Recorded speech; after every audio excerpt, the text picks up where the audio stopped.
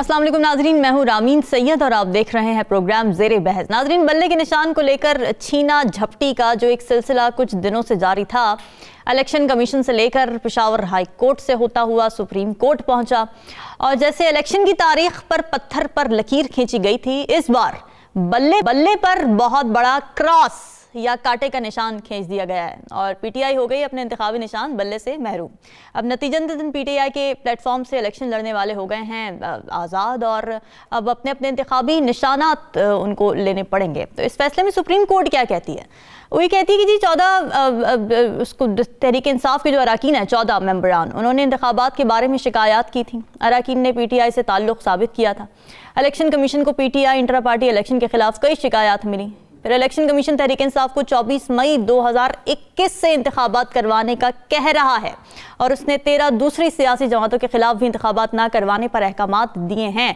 तो ये नहीं कहा जा सकता कि पीटीआई को इलेक्शन कमीशन टारगेट कर रहा है। और नाजरीन, ये जो जजमेंट है पीटीआई के उस नैरेटिव को एड्रेस करती है कि सिर्फ उनके खिलाफ इंतकामी कार्रवाई की जा रही है ईसीपी की जानिब से।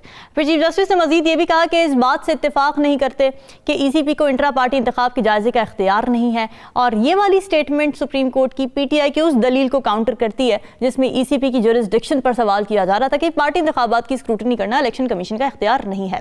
तो फिर ये कहा गया सुप्रीम कोर्ट की जानिब से कि बादियुन नजर में कोई शवाहिद नहीं कि पीटीआई ने शफाफ इलेक्शन कराए। अब यहाँ पर दो तरह के पॉइंट ऑफ व्यू सामने आ रहे हैं। एक तो ये कि जी इंतखाबात के इतने करीब एक बड़ी जमात से इंतखाबी निशान छीन लेना ये बड़ा गलत है, इलेक्टोरल प्रोसेस पर बड़ा सवालिया निशान आ जाएगा। मगर दूसरा मौक़िफ़ ये भी है कि भाई कानून के मुताबिक पीटीआई ने इलेक्शन ही नहीं करवाए और सुप्रीम कोर्ट का ये फैसला पार्टी के अंदर जमहूरी इक़्तिदार की पासदारी करने का एक प्रेसिडेंस सेट कर रही है।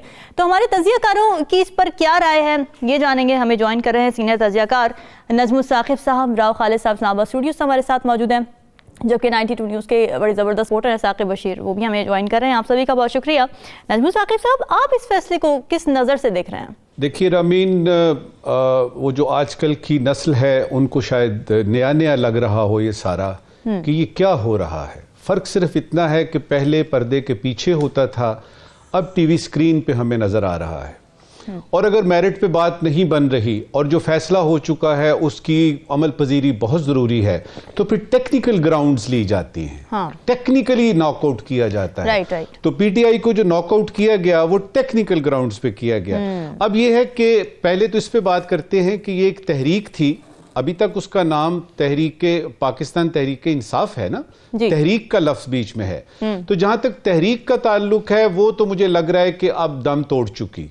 अब इनको चाहिए कि कोई पार्टी बनाए, यानी तहरीक अब नहीं रही। एक शेर याद आता है कि अच्छा किया जो तुमने भी छोड़ा हमारा साथ, अच्छा किया जो तुमने भी छोड़ा हमारा साथ, लो अब कोई चिराग सरे रह गुजर नहीं। वाह। नई नस्ल को तो मैंने जिक्र किया ना कि उनको नहीं पता, लेकिन हमारी जो माशाल्लाह तारीख है 1947-48 से लेके किसी भी इलेक्शन की तारीख देखें, कोई भी देखें, जो आदमी अपना सर उठाता है या कोई ऐसी तहरीक शुरू होती है या कोई पॉलिटिकल पार्टी ऐसी होती है जो अपनी हदूद को क्रॉस करती है, तो उसके साथ जो होता है वही हुआ है तहरीक इंसाफ के साथ। अब वो तहरीक नहीं रही। लेकिन ये याद रहे कि इलेक्शन के सीन से हटी है तहरीक इंसाफ, सफाई हस्ती से नहीं मिटी। इंतखाबात में अब पीटीआई जिस तरह कि आपने कहा नजर नहीं आएगी। सोशल मीडिया पर जो नजर आ रही थी और आ रही है उसकी वजह से या उसमें जो कुव्वत नजर आती है, हमें पता लगता है कि सारी दुनिया जो है वो पीटीआई पे मुंतज हुई हुई है। उसका क्या इलेक्शन पे असर होगा ये हमने अभी देखना है। जहां तक प्लान बी और प्लान सी का ताल्लुक है, तो रामीन जब तक वो अमल पजीर होने की स्टेज पे आएगा उस वक्त तक इलेक्शन हो चुके होंगे, एक कौमी जो हुकूमत है वो तश्कील पा चुकी होगी।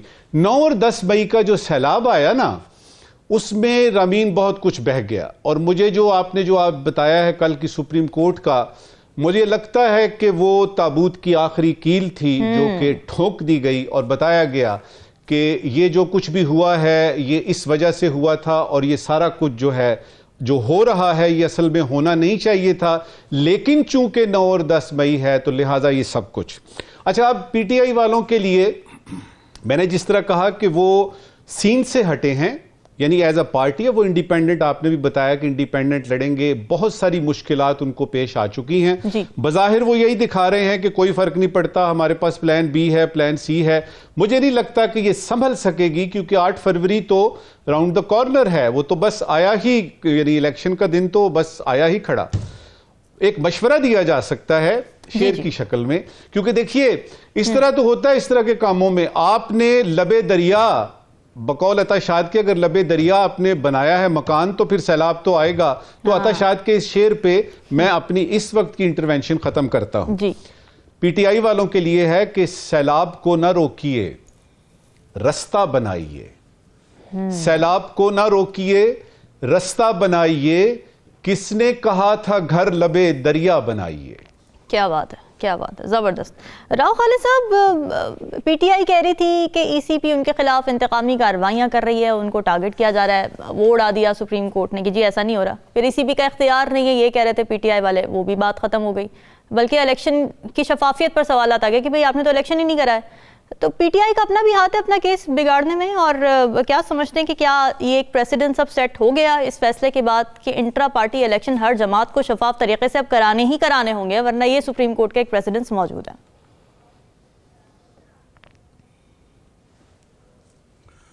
देखिए, एक बात तो इस्टेब्लिश हो गई कि इलेक्शन ना कराने पे कोई सज़ा नहीं है, इलेक्शन कराने पे सज़ा है। क्योंकि आज जब इलेक्शन कराएंगे तो उसमें शफाफियत के सवाल उठा के तो सज़ा दी जा सकती है। आप इलेक्शन ना कराएं, भले कॉन्स्टिट्यूशन में लिखा हुआ है कि आपने कितने दिन में कराने हैं, तो उसकी कोई सज़ा नहीं, बिल्कुल आप जो मर्जी करते फिरे। अब इलेक्शन, इसकी जो ईसीपी पे एतराज़ात हैं नहीं है, ये इररिलेवेंट बातें हैं जो बड़े अच्छे तरीके से between the line Najmul Sakib साहब ने बता दिया कि ये तो होना ही था। अच्छा, तो वो फिर आप जो करा लेते, अच्छे करा लेते, शफाफ करा लेते। राव खालिद साहब, लेकिन देखें ना, अपना भी तो ज़ाहिर घर एक हाउस एंड ऑर्डर रखना पड़ता है ना। अगर ठीक है स्क्रूटनी हो रही है, पता है चलो मसाइल इस वक्त चल रहे हैं, हम ज़ेरे अताब हैं, तो फिर मामलात को बेहतर तरीके से करते हैं, इलेक्शन करा देते। अकबर इस बाबर को भी आने देते, वोट कितने ही कोई वोट उनको पड़ जाते, जीतना तो उसने ही था, ज़ाहिर जो पॉपुलर है इस वक्त पार्टी के अंदर।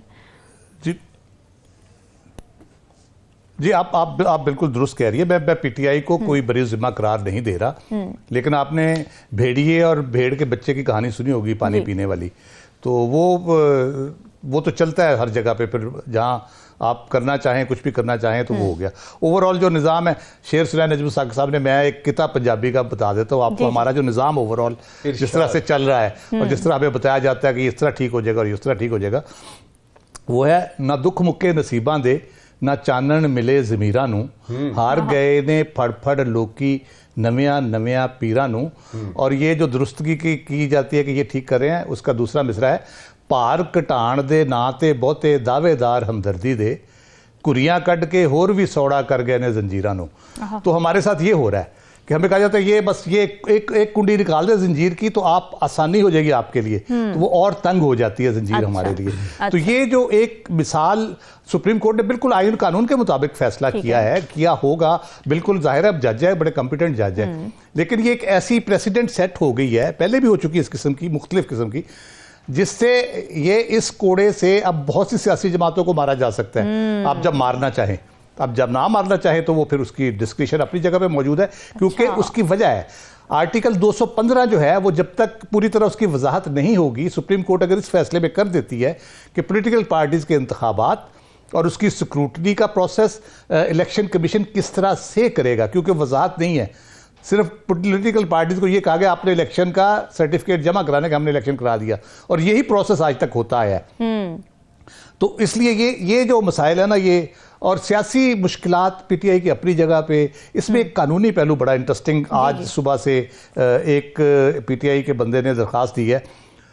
उसने कहा जी मैंने पाकिस्तान तहरीक इंसाफ के आपने नॉमिनेशन पेपर में लिखा है कि मैं इस पे इलेक्शन लड़ूंगा, ठीक है, तो मुझे उस जमात का कैंडिडेट तस्वुर किया जाए। तो अब इसमें बहस क्या छिड़ेगी, जो कि कानूनी और आईनी बहस होगी कि निशान तो नहीं है लेकिन पार्टी मौजूद है 99 नंबर पे इलेक्शन कमीशन की वेबसाइट पे, डी नोटिफाई नहीं हुई पार्टी एग्जिस्ट करती है, डी लिस्ट हुई है, डी लिस्ट भी नहीं हुई, इलेक्शन का सिंबल सिर्फ उसका गया है। अब उसके नाम पे जो लोग इलेक्शन लड़ेंगे, क्या वो पाकिस्तान तहरीक इंसाफ के उम्मीदवार के तौर पे ट्रीट होंगे? कल की इलेक्शन कमीशन की प्रेस रिलीज भी यही बताती है कि अगर आपने इंटेंट शो किया है किसी पार्टी से लड़ने की तो आप उसी के उम्मीदवार होंगे, किसी दूसरी पार्टी का आप टिकट नहीं ले सकते। लेकिन राव खालिद साहब, अगर एक निशान चला जाता है तो क्या उसके बाद डी लिस्ट और डी नोटिफाई करना बनता नहीं है? इलेक्शन कमीशन क्या अल्टीमेटली ये करेगा नहीं?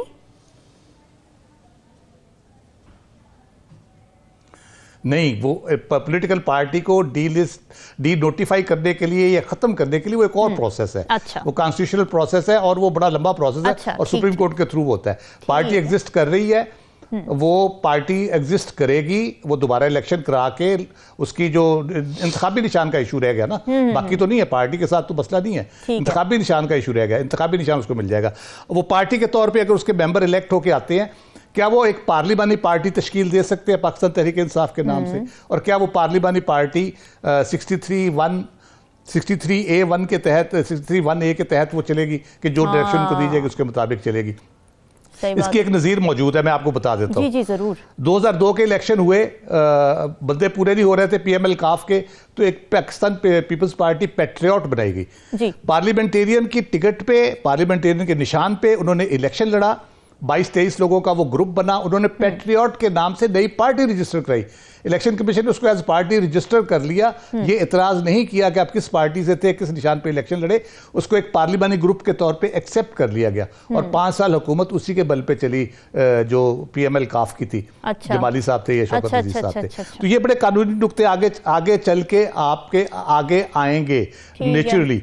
या ये ग्रुप अगर आता है तो ये एक पार्टी के तौर पे अलग रजिस्टर हो सकता है। उसमें इलेक्शन भी नहीं थे, उस पैट्रियट के कुछ भी नहीं था, लेकिन उसको एक्सेप्ट किया गया। मसला ये कि काफ़ी कानूनी और आईनी बहस जो हुई है उसमें अभी बहुत से लूप होल्स हैं। अच्छा। अगर हम इसको खोलते चले जाएंगे तो उसमें और चीज़ें निकलती चली आएंगी। उसको किस तरह से आप डील करते हैं, किस तरह से आप उसको एड्रेस करते हैं, तो उसमें जो अभी तक का हमने देखा है, जो मैंने ये पंजाबी का आपको बताया कि कुड़ियाँ कट के और भी सोड़ा करके जीरा नू, अभी तक ये हुआ है कि हमारी जो जमहूरियत को टाइटन अप किया गया है, उसको आज़ादी नहीं मिली, उसको पनपने का मौका नहीं मिला, बल्कि उसके रास्ते में रुकावटें पैदा की गई हैं। बिल्कुल ठीक है। जैसे आइन के बारे में मैंने कोट किया था मरहूम अजहर सुहेल को कि बिच्छू छोड़ दिए गए आइन में 8वीं अमेंडमेंट के तहत। इसी तरह से ये अदालती फैसलों के जरिए ऐसी चीजें आ रही हैं जो पॉलिटिकल पार्टीज के लिए मसाइल पैदा करेंगी, तलवार बन के लटकती रहेंगी। मैं यकीन करता हूं और यकीन रखता हूं कि काजी फायज ईसा साहब ना वजाहत से इसको एक्सप्लेन कर तशरीह कर देंगे। जी बिल्कुल ठीक है। साकिब, क्या सोच रही है तहरीक इंसाफ? क्या ऑप्शन उनके पास रह गए हैं? क्या खबरें चल रही हैं? हिकमत अमनी क्या बना रही है अब? एक तो जो PTI है उस हवाले से कुछ ज़राए से बात हुई है, तो एक तो रिव्यू में वो जा सकते हैं, लेकिन टाइम गुजर चुका है। जो उन्होंने सिंबल जमा कराने थे वो टाइम गुजर चुका है। अब वो उनके पास ऑप्शन नहीं है। उनके जो उम्मीदवार हैं वो आज़ाद ही जो है वो लड़ेंगे और आज़ाद ही इसको आगे लेकर चलेंगे। दूसरी बात, जो PTI के जो ज़राए हैं वो ये भी PTI सोच रही है कि अब क्योंकि उनको सिंबल भी नहीं मिला और इसके अलावा उन्होंने पिछले तकरीबन 2-2.5 हफ्ते हो गए हैं, एक लेवल प्लेइंग फील्ड की दरख्वास्त सुप्रीम कोर्ट में दायर की हुई थी, कल उस पर समाअत होनी है। तो ये एक सोच मौजूद है और इस पे सोचा जाए, PTI सोच रही है कि कल की लेवल प्लेइंग फील्ड की जो दरख्वास्त है उसकी अब मजीद पैरवी ना की जाए। अच्छा। उनका ये समझना है कि हमें जो है वो साइडलाइन कर दिया गया है और पूरी पॉलिटिकल पार्टी को अब जो है वो जो लेवल प्लेइंग फील्ड मिलने का सबसे बड़ा जो जरिया था वो उनका निशान था, वो निशान जो है उनसे टेक्निकल बुनियादों पर ले लिया गया है। और दूसरी जो लेवल प्लेइंग फील्ड की दरखास्तें हैं कि जो IGs हैं या चीफ सेक्रेटरीज हैं या दीगर जो इलेक्शन कमीशन के हुकाम हैं, उनको जितने ऑर्डर्स किए गए हैं वो फील्ड में उन पर कोई अमल नहीं हो रहा। इवन उन ऑर्डर्स और सुप्रीम कोर्ट में जो पेंडेंसी के दौरान भी इस किस्म की कार्रवाइयां जारी हैं जो है वो सुप्रीम कोर्ट ने रोकी हुई थी। तो ये एक खबर है कि शायद वो इस किस्म की कोई मूव करें कि वो उसको मजीद जो है वो उसकी पैरवी ना करें। इसके अलावा जो कल का जो फैसला है वो बहुत ज़्यादा उस पर डिबेट भी हो रही है। राव साहब ने जो बात की कि अब जो ये सेक्शन 215 है इलेक्शन एक्ट 2017 का, इसको एक 62(1)(f की ये तलवार है जो लटकाई गई थी। हैरान कुन तौर पर सुप्रीम कोर्ट ऑफ पाकिस्तान से पिछले 2 हफ्तों में अगर कल और एक 62(1)(f की जो वजाहत की गई, एक वजाहती जो फैसला था, अगर दोनों को मिलाकर पढ़ा जाए तो दोनों में कुछ ना कुछ कहीं ना कहीं कंट्राडिक्शन इस लिहाज से नजर आती है कि 62(1)(f का जो फैसला था उसको सुप्रीम कोर्ट ऑफ पाकिस्तान ने इसलिए उस हवाले से जो ऑब्जर्वेशंस आ रही थी जजेस की, चीफ जस्टिस काजी फायजीसा की, कि कोई 3 या 5 जज बैठकर किसी एक पॉलिटिशियन को, किसी सियासतदान को आउट नहीं कर सकते, और जो वोट का राइट है किसी भी अवाम में से किसी का, उसको राइट जो है वो अगर वो अपनी ख्वाहिश के मुताबिक इस्तेमाल करना चाहे तो उसको नहीं रोका जा सकता। तो इसलिए ये 62(1)(f में फिर उन्होंने कहा कि सादिक और अमीन का तो कायद-ए-आज़म अगर जिंदा होते तो हो सकता है उनको भी ये पूरे ना उतरते, या चीफ जस्टिस ने कहा था कि मैं भी पूरा नहीं उतरता, या बहुत सारी मिसालें उन्होंने दी थी। तो इस सारे तनाजुर में उन्होंने ये चीज यकीनी बनाई थी कि किसी भी पॉलिटिशियन को इस तरह बैठ के जो है वो उनको आप जो है वो रोक ना दें कि वो अगर सियासत नहीं कर सकता या उसको आउट कर दिया जाए। ये 62(1)(f में जब वजाहत हो रही थी, फिर 5 साल नाअहली जो है इलेक्शन एक्ट की जो बहाल कर दी गई। कल का जो फैसला है उसको डिफरेंट तनाजुर में देखा जा रहा है। उसमें जो एक तनकीदी पहलू जिस पे बात ज्यादा हो रही है कि एक पॉलिटिकल पार्टी को ही खत्म कर दिया गया। बज़ाहिर जो पॉलिटिकल पार्टी जिस तरह पीटीआई है वो रजिस्टर्ड पार्टी तो है, लेकिन उसका सिंबल वो इस्तेमाल नहीं कर सकते। उसके मुल्क भर में जो उनके कैंडिडेट्स कौमी असम्बली या सूबाई असम्बलीज में, वो सारे आज़ाद हैसियत में इलेक्शन लड़ेंगे, जिससे डेफिनेटली उनको नुकसान होगा और उनके वोटर जो है वो कंफ्यूज होगा, वोटर को कन्वे नहीं कर सकेंगे। तो इलेक्शन से 26 दिन पहले एक पूरी पॉलिटिकल पार्टी को साइड लाइन करने के बहुत ज़्यादा असरात हैं 8 फरवरी के इलेक्शन पे भी, कि इलेक्शन की जो शफाफियत है, गैर जानिबदारी है, लेवल प्लेइंग फील्ड है तमाम पॉलिटिकल पार्टीज के लिए। क्योंकि जो राव साहब ने एक और बात की थी कि पंजाब जो है वो एक बहुत बड़ी बैटल फील्ड है इलेक्शन के लिहाज से, और उसका बड़ा रोल है मरकज में, खासतौर पर जो गवर्नमेंट बनती है उसके लिहाज से। तो पंजाब में पीटीआई थी या मुस्लिम लीग नून थी, पीपल्स पार्टी का हिस्सा बहुत कम था। तो अगर आप पीटीआई को माइनस करेंगे, जिस सिंबल ले जाने से काफी हद तक उनको डंट जो है वो पड़ेगा, तो अगर उसको माइनस करते हैं तो डेफिनेटली वो लेवल प्लेइंग फील्ड तमाम पॉलिटिकल पार्टीज को नहीं होगी जो होनी चाहिए। और इलेक्शन जो 8 फरवरी को हो रहे हैं उनकी शफाफियत पर जो है वो सवालात जो है वो ना उठाए जाते। इसके अलावा एक और चीज जो है वो इस हवाले से जो पीटीआई है, अब नेक्स्ट स्टेप आपने पूछा कि वो क्या सोच रहे हैं। एक तो जो पीटीआई है उनकी जानिब से एक वेबसाइट उन्होंने और एक लिंक जो है वो स्टैब्लिश कर रहे हैं। अब वो नेक्स्ट सोच रहे हैं कि अब करना क्या है, कि हमारे जो कैंडिडेट्स ग्राउंड में उतरे हैं उनके लिए क्या करना है। उन्होंने एक वेबसाइट जो है वो बना रहे हैं, लिंक दे रहे हैं कि उनमें तमाम अपने कैंडिडेट्स को उनके नाम डालेंगे और उनके जो सिंबल है उनको डालेंगे, और वो अपना डिजिटली जो समझा जाता है कि पीटीआई सबसे आगे है, तो डिजिटली उसको इस्तेमाल करके वो पब्लिक में ये एक अवेयरनेस देने की कोशिश करेंगे कि हर हलके में मुख्तलिफ जो उनके निशानात हैं, सिंबल हैं, उनको भी पब्लिक तक पहुंचाया जाए कि पीटीआई के ये कैंडिडेट्स हैं, इनको जो है वो वोट दिया जाए। लेकिन बहरहाल ये एक मुश्किल जो है वो मरहला होगा। एक आखिरी बात कि आजाद उम्मीदवार जो है, अब जो मुस्तकबिल में जब ये बन जाएगी 8 फरवरी इलेक्शन हो चुके होंगे, तो बेशक वो पीटीआई के कौमी या सूबाई असम्बलीज के होंगे। अगर वो किसी और पॉलिटिकल पार्टी रजिस्टर करवा के वो आते हैं, वो एक डिफरेंट नेचर होगी। लेकिन आजाद उम्मीदवार एक बड़ी एक मंडी लगेगी असम्बलियों में, जो किसी ना किसी पार्टी के साथ जाएंगे, उनको जो है वो यकीनी तौर पर कुछ ओहदों की लालच भी दिए जाएंगे, सारी चीजें होंगी, तो एक मंडी ऐसे लगेगी। फिर होगा ये कि ना मुस्लिम लीग नून इस सिचुएशन में होगी कि वो सारी अपनी मनमानियां कर सके, ना पीपल्स पार्टी, ना जो है वो कोई और जमात, और जो आजाद उम्मीदवार होंगे वो सारे उस सिनेरियो में उनकी बड़ी जो है वो अहमियत बढ़ जाएगी। और पीटीआई नहीं होगी बल्कि आजाद उम्मीदवार अपनी अपनी हैसियत में भी वो कर सकेंगे। वो बहुत ही लॉयल होंगे पीटीआई के साथ या इमरान खान के साथ, वो तो डेफिनेटली उनके साथ खड़े होंगे। लेकिन जो आजाद हैसियत में उनके साथ जब बड़े बड़ी उनकी ऑफर्स आएंगी वजारतों की, उनको मुख्तलिफ जो है वो जब आएंगी ऑफर्स आएंगी, तो वो डेफिनेटली कोई छोटे छोटे ग्रुप बना के वो वहां पे जाएंगी और एक मंडियां लगेंगी आजाद उम्मीदवार की। लेकिन वो जमहूरियत के लिए कम से कम जो है वो कोई अच्छा जो साइन नहीं है, मुस्बत साइन बिल्कुल भी नहीं है। जी नजमुल साकिब साहब, आप कुछ कहना चाह रहे हैं? मैं ये कहना चाह रहा हूं कि अगर आपने चेहरा ही उतार के फेंक दिया तो बल्ला ही छीन लिया आपने, तो बाकी क्या रह गया। जला है जिस्म जहां, दिल भी जल गया होगा। कुरेदते हो जो अबराख, जुस्तजू क्या है। और जहां तक ये है कि जी डिजिटली बनाया जा रहा है, उनको करेंगे तो क्या, मुझे ये बताइएगा कि ये जो मेरे गांव में जो 70% से ज्यादा लोग रहते हैं, उनमें से किसी को पता भी है कि ये क्या बला है, वोट किसने देने हैं? तो ये इस किस्म की चीजें जो हैं ये कंफ्यूज करती हैं हमें।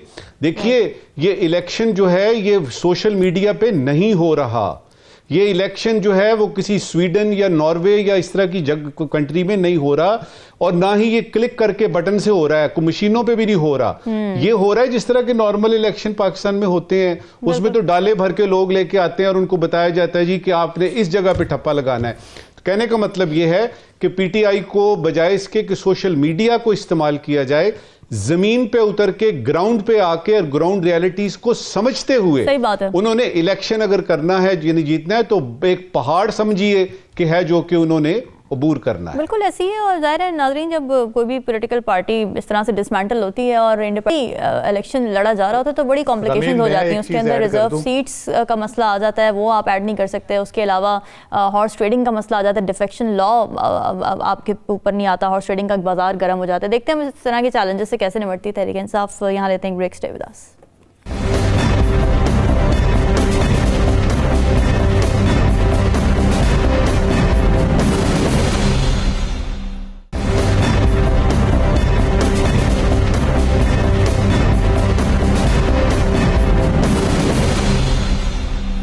वेलकम बैक नाज़रीन। सियासत अखलाकियात से मुबर्रा है, ये डाउट उस वक्त महसूस होता है जब इलेक्शन की आमद के साथ ही जोड़ तोड़ शुरू होती है और ऐसे ऐसे लोग साथ मिलकर बैठने को राजी हो जाते हैं। तो इसकी क्या वजह है? साथ ही नून लीग की आईपीपी और एमक्यूएम से तो सीट एडजस्टमेंट हो गई, मगर काफ लीग के साथ मामला एंड टाइम पर क्यों खराब हुए, इस पर भी बात करेंगे। राव खालिद साहब, क्या ऐसी मजबूरी है नून लीग की जो उनको गुलाम सरवर जैसे लोगों को टिकट देना पड़ा, जो बड़े नाक़िद रहे हैं अपने ज़माने में नवाज शरीफ के?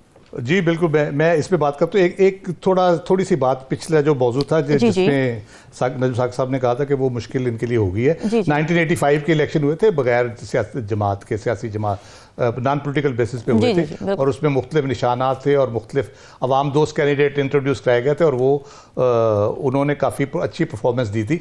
तो अब जो दौर है सोशल मीडिया का, कम्युनिकेशन आसान है निस्बतन उस दौर की निस्बत, और काफ़ी हमारी डिजिटल जो है कि डेंसिटी भी बहुत है, लोगों के पास फ़ोन शोन भी हैं सारे। तो मेरा ख्याल है मुश्किलात तो हैं लेकिन उतनी नहीं है कि वो मुकाबला ना कर पाए। मेरा ख्याल है भरपूर मुकाबला करेंगे और उन्हें करना भी चाहिए। अगर वो मैदान में है तो करना चाहिए। जहाँ तक ये मसला जी, जहाँ तक मसला है ये जो हल्ला गुल्ला होता है इलेक्शन के इर्द गिर्द, ये टिकटों का, ये हर जमात के साथ होता है। कोई नाराज़ होता है, कोई मान जाता है, कोई मसले मसाइल होते हैं। इसमें भी है, यकीनन है लोगों ने तो पार्टी से हट के आज़ाद भी खड़े हो गए हैं। कुछ लोगों ने कहा नहीं जी हम पार्टी के साथ हैं, वो उनके वादों पे यकीन कर रहे हैं कि आगे चल के उनको सेनेट में अकोमोडेट किया जाएगा, या कोई 2 सीटों से अगर कोई जीता है वहाँ से दूसरे उसको अकोमोडेट अगले रिज़ाइन करके कर दिया जाएगा। तो लोगों को वादे वईद उस तरह से होते हैं।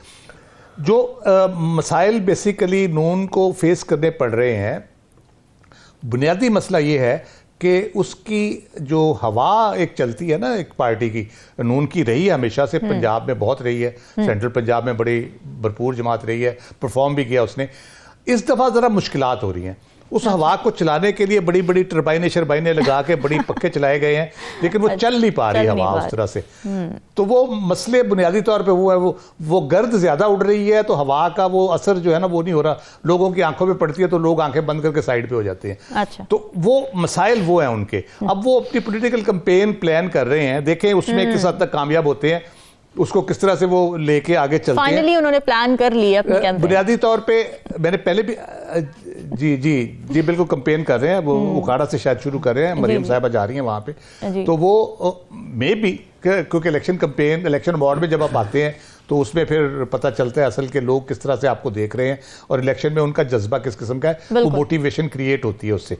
तो वो देखते हैं कि किस तरह से करेंगे। लेकिन मैं दोहराऊंगा, पहले भी मैंने एक दफ़ा बात की थी, पंजाब में जो सबसे बड़ा चैलेंज है वो पीटीआई और पीएमएलएन के लिए है, क्योंकि बाकी कोई जमात एग्जिस्ट ही नहीं करती। मुकाबला भी उनका है और चैलेंज भी उनके लिए है कि वो किस तरह से यहाँ से परफॉर्म करते हैं, क्योंकि सबसे ज़्यादा सीटें भी पंजाब में हैं।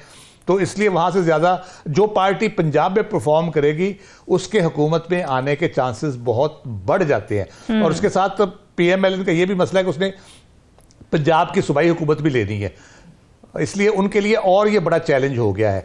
उनके सीट एडजस्टमेंट का इशू तहरीके इस्तेकाम पाकिस्तान के साथ जो हुआ है उनका, उसमें तो वो सरेंडर कर गए हैं पूरी तरह से, और वो मान गए जिस तरह से तहरीके इस्तेकाम को चाहिए थी सीटें, उन्होंने वो उस तरह उनको अकोमोडेट कर लिया। उसमें काफी उनको सेक्रीफाइस भी करना पड़ा है।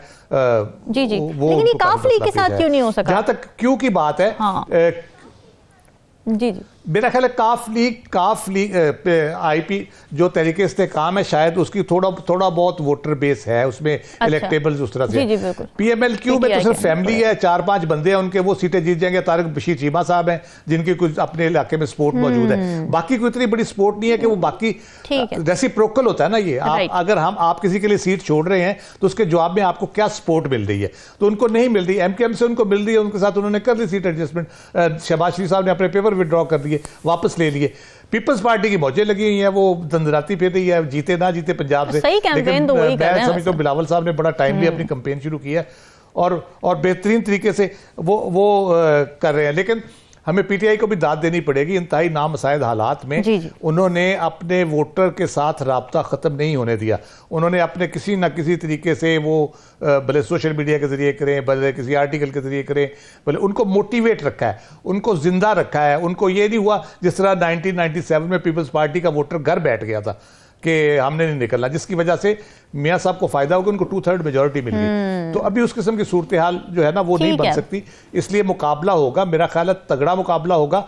उसमें लेवल प्लेइंग फील्ड हो ना हो, लेकिन जब फील्ड में खड़े होंगे तो फिर पता चलेगा कि कौन कितने छक्के और चौके मारता है। जी नजमुल साकिब साहब, आपको क्या लगता है ऐसे लोगों को टिकट दे देना नून लीग की जाने से? राजा रियाज साहब खुद कहते रहे, उनकी ऑन रिकॉर्ड ये स्टेटमेंट्स हैं कि पाकिस्तान के सबसे ज़्यादा करप्ट सियासतदान है। ऐसे लोगों को साथ रख के और दूसरे लोगों को छोड़ देना जो नज़रियाती तौर पर बहुत सिंक्ड थे, बड़ा कुछ किया उन्होंने नून लीग के लिए, और उन लोगों का आज़ाद हैसियत में इलेक्शन लड़ना कितना बड़ा डेंट हो सकता है इलेक्टोरल प्रोसेस में नून लीग के लिए?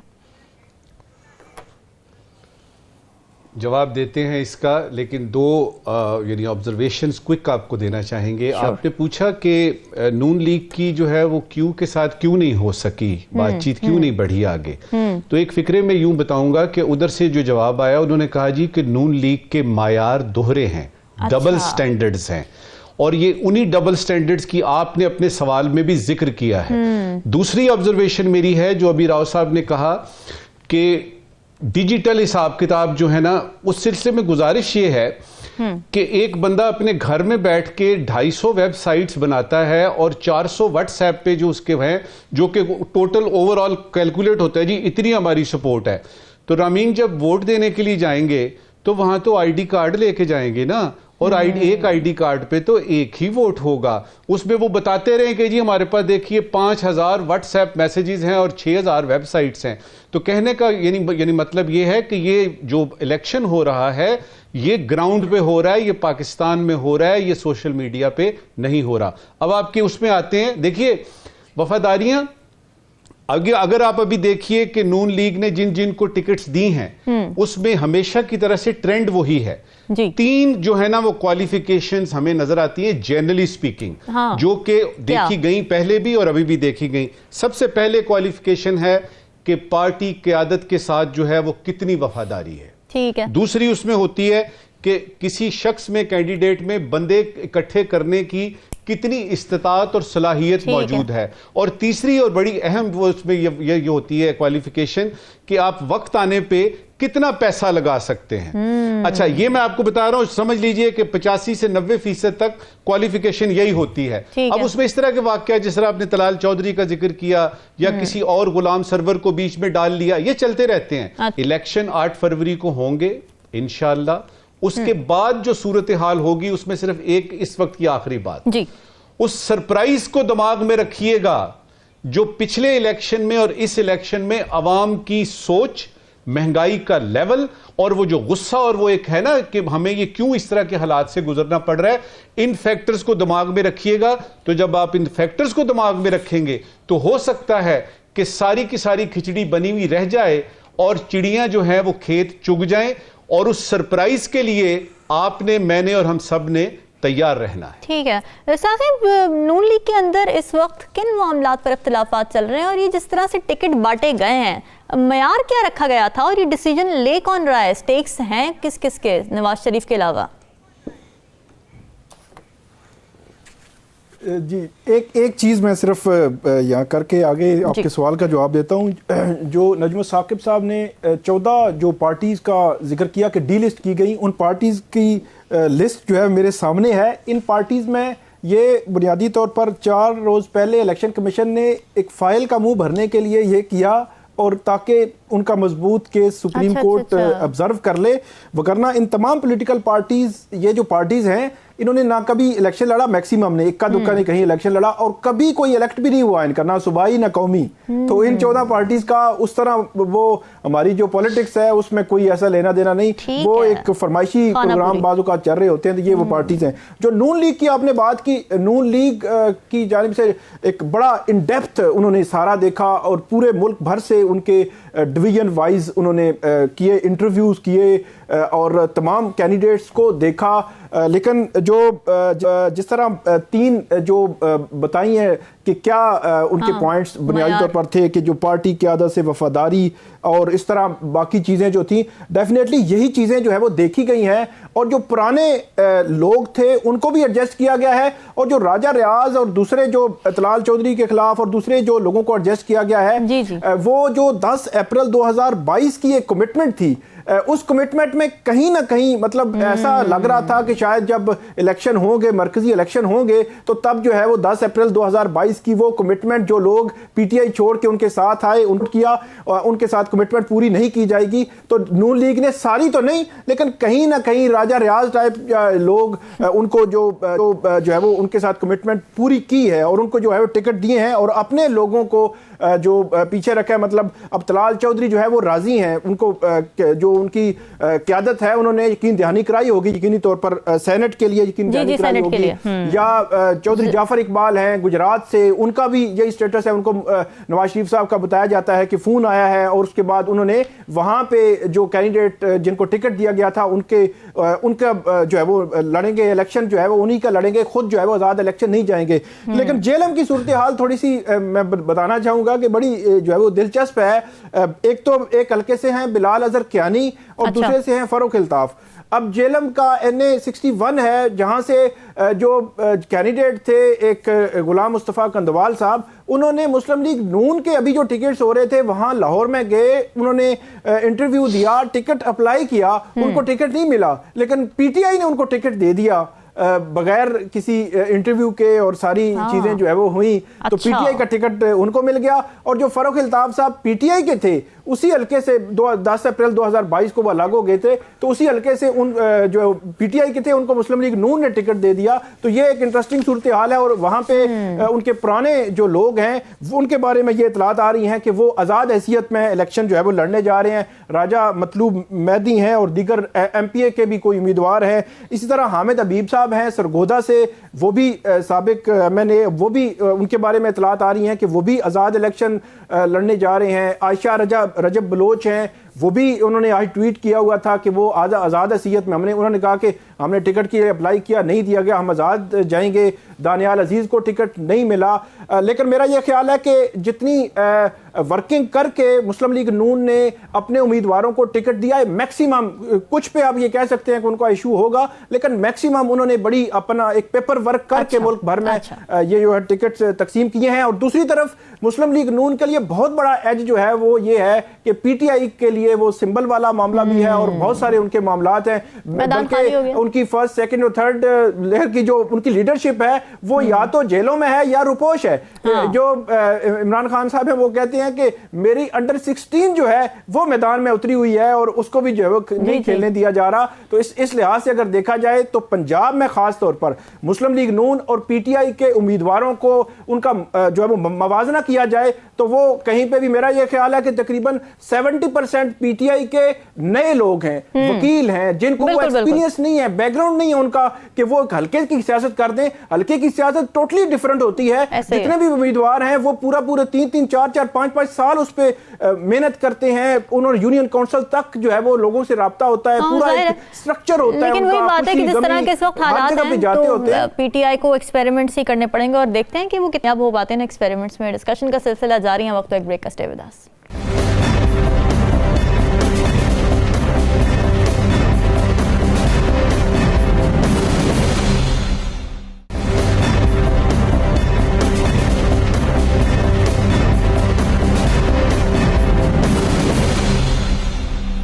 वेलकम बैक जी। तकरीबन हर सियासी जमात वक्त पर इलेक्शंस कराने पर इस वक्त तो मुतफिक नज़र आ रही है, मगर सेनेट की तरफ अगर देखें नाजरीन तो ऐसा लगता है कि सियासी विल ही नहीं है कि वक्त पर इलेक्शन हो। और ये तासुर इसलिए पैदा हो रहा है क्योंकि हर थोड़े दिन बाद एक करारदाद पेश हो जाती है सेनेट में जिसमें इंतखाबात को मुलतवी कराने पर जोर दिया जाता है। फाटा से सेनेटर हिदायतुल्लाह खान हैं, उन्होंने इलेक्शन को 3 माह के लिए मुलतवी करने की करारदाद सेनेट सेक्रेटेरिएट में जमा करा दी है। अब उसमें कहा क्या गया है? कहा यह गया है कि इंतखाबी उम्मीदवारों को निशाना बनाने जाने पर ऐवान तशवीश का इजहार कर रहा है। शुमाली वज़ीरिस्तान, बाजोड़, सवाबी और तुर्बत की उन्होंने बात की कि वहाँ पर मुसल्ला हमले हुए हैं। फिर इलेक्शन लड़ने वाले एक बुजुर्ग सियासतदान जख्मी हुए, एक उम्मीदवार जांबक हुए। अब मुल्क में खौफ है, अदम तहफ़्फ़ुज़ का माहौल है, उम्मीदवारों की रिहाइशगाहों, दफातर में धमकियों के पम्फलेट्स की तकसीम हो रही है। सिक्योरिटी दारों के लिए एक ये बड़ा चैलेंज बना हुआ है।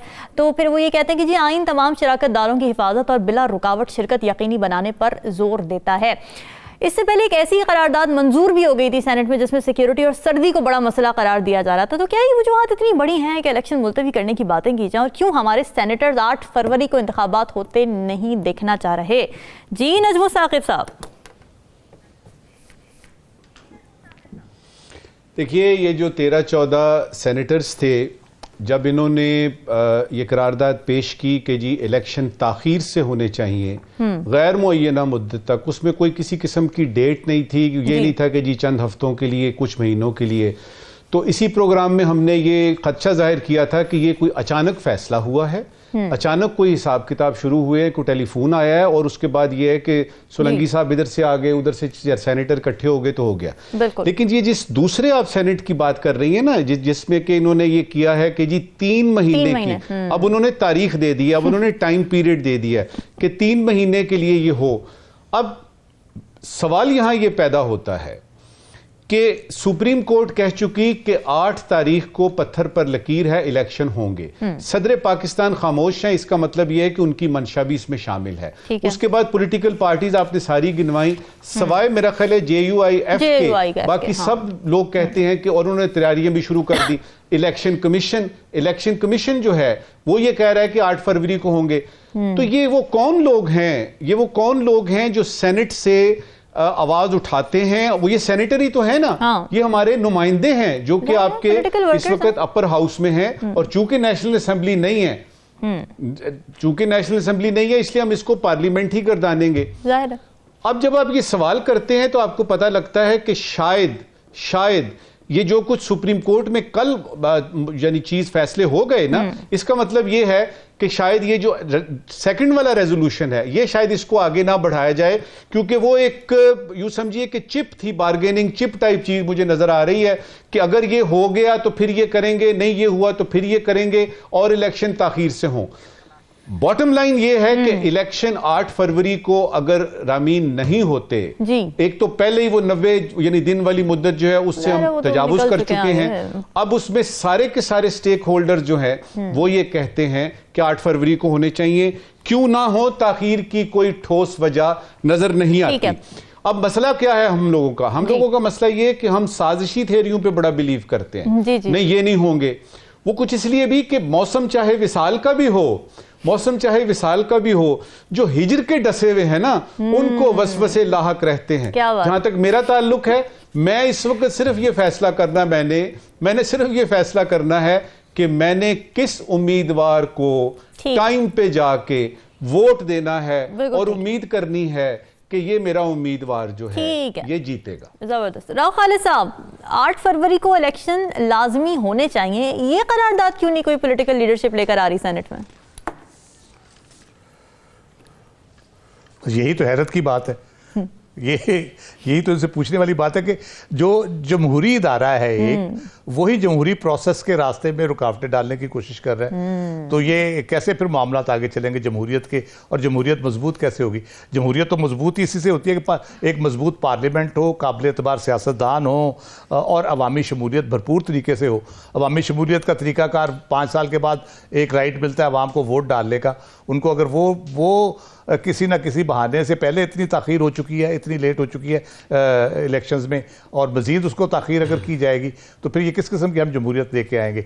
मसला हमारे यहाँ यही है कि जो हमारी पॉलिटिकल लीड कह लें, पॉलिटिकल क्लास कह लें, उनके अपने मसाइल ही ख़त्म नहीं होते। वो कहते हैं कि जी हमारे लिए जब तक आसानियाँ पैदा ना हों, हमारे लिए जब तक बिल्कुल ऐसे मैदान वो जब तक हमारी गल पक्की ना हो जाए, उस वक्त तक जो है ना ये मामला होने ही नहीं चाहिए।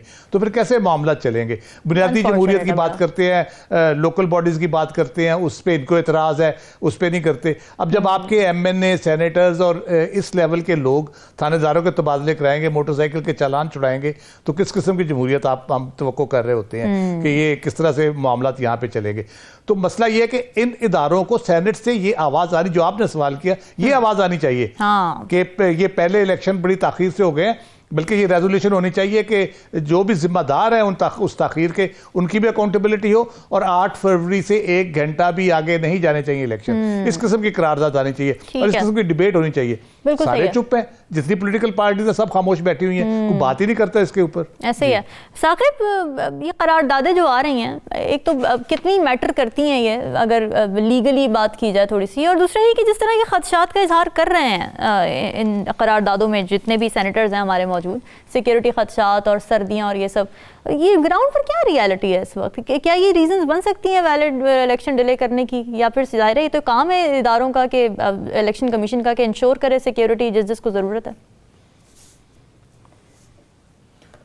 इसमें 2-3 पॉइंट्स है। पहले तो आपने कहा कि लीगल इसकी क्या हैसियत है। लीगली तो को बाउंड नहीं है करारदाद, अगर आती भी है इस तरह की कि इलेक्शन कमीशन को बाउंड नहीं है कि अब उस पर जो है वो अमल करेगा, लेकिन सिंबॉलिकली बड़ी वैल्यू है ईवान बाला से अगर इस किस्म की करारदाद आए कि जो इलेक्शन होने जा रहे हैं और उस तमाम पॉलिटिकल पार्टी जो है वो उस पर कायम दायम है, तो ये एक बड़ी मानाखेजी है। मेरा ये ख्याल है कि ऐसे अंडर डेमोक्रेटिक जो रवैये हैं, कम से कम ईवान बाला से, सेनेट से इस तरह नहीं होने चाहिए। और बाकी जो पॉलिटिकल पार्टीज हैं, PTI के लोग भी हैं, मुस्लिम लीग नून के भी हैं, उनको चाहिए था वो तो एक वहाँ पे लेके आते, और बेशक जो भी उनके आपस में इख्तलाफात हैं मैदान में जो सियासी तौर पर, वहाँ पे जो इस किस्म की करारदाद आती कि इलेक्शन हर सूरत में 8 फरवरी को होने चाहिए। अब जो हालात की बात की जा रही है वो तो यकीनी तौर पर हमारे मुल्क में बड़ा एक अनफॉर्चुनेट है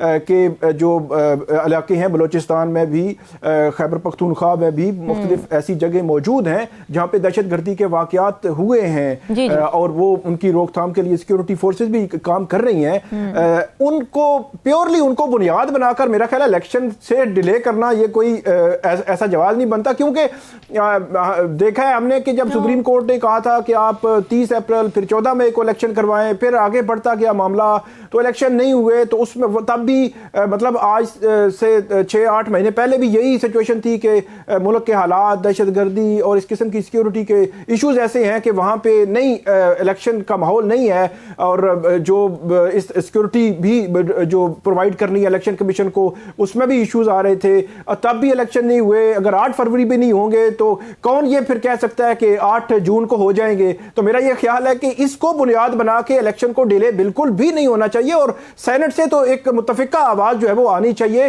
ताकि ये इशू ना हो। एक और चीज बड़ी इंपॉर्टेंट है कि जो सेनेटर हैं, जाहिर सी बात है डायरेक्ट जो इलेक्ट होके आते हैं जो कौमी असम्बली में, नेशनल असम्बली में, उसके बाद पॉलिटिकल पार्टीज उन्हीं के वोट से आगे जो है वो सेनेटर मुंतखब होते हैं। ये बड़ा अनफॉर्चुनेट है। हमने माजी में भी देखा कि सेनेटर वो आ जाते हैं वो जो पैसे की जो रेल पेल है उसकी बुनियाद पर भी कुछ सेनेटर जो है वो सेनेट में पहुंच जाते जाते हैं, ये चीज रिकॉर्ड की है, इसमें कोई तस्लीम शुदा है, इसमें कोई दो राय नहीं है। तो जब ऐसे लोग आ जाते हैं, वो बेशक पॉलिटिकल पार्टी के हों या किसी भी हैसियत में हों, तो वो फिर ऐसे मौकों पर बाज़ औक़ात इस्तेमाल भी हो जाते हैं इसमें। और मतलब ऐसी बात सेनेट से एक दफ़ा नहीं 2 दफ़ा आना, ये एक मेरे ख्याल है बार्गेनिंग जो टूल की एक इस्तेलाह इस्तेमाल की है राव साहब ने, वो बिल्कुल ठीक है। मैं एग्री करता हूं कि ये भी हो सकता है। और कल के सुप्रीम कोर्ट के फैसले के बाद अब जो मेरा नहीं ख्याल कि सेनेट से या कहीं से ये आवाज आएगी कि इलेक्शन जो है डिले कर दिए जाएं, क्योंकि ज्यादा मसला केपीके में और था। मौलाना साहब जो है वो बहुत ज्यादा आवाज उठा रहे थे, क्योंकि खैबर पख्तूनख्वा में पीटीआई बहुत ज्यादा, उनकी पॉपुलैरिटी बहुत ज्यादा थी और बहुत ज्यादा इफेक्ट कर भी सकती है, अभी भी कर सकती है। लेकिन सिंबल की वजह से ये चीजें आएंगी, क्योंकि दूर दराज इलाकों में डिजिटली लोग नहीं होते, इतने एक्टिव नहीं होते। तो ये एक उनको बहरहाल जो सिंबल की वजह से जो स्पेस निकलेगी, उस स्पेस पे एएनपी या मौलाना जो है उनकी जो है वो आ जाएगी। खदशात तो ख्याल है कि उनके जो ग्रीवियंस थे वो कहीं ना कहीं एड्रेस हो ही गए हैं। खदशात तो थे ही, लेकिन ग्रीवियंस यही थे कि जारी सी बात है वो ज्यादा से ज्यादा चाह रहे थे कि इलेक्शन में हिस्सा उनको ज्यादा मिले। तो अब जो है वो मिल जाएगा। तो मेरा ख्याल है कि अब मजीद डिले के हवाले से कोई ऐसी यानी अब तो शायद हो ही जाएंगे टाइम पे इलेक्शन। नजमुल साकिब साहब, आज क्या सवालात लेकर आए हैं फिर आप? रमीन, एक परिंदा है, फीनिक्स कहते हैं उसको, उर्दू में कुकनस कहते हैं।